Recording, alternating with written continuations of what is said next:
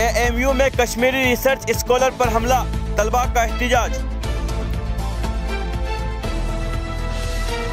मुर्मू, धनखड़ और मोदी ने वाजपेयी को खिराज अकीदत पेश किया।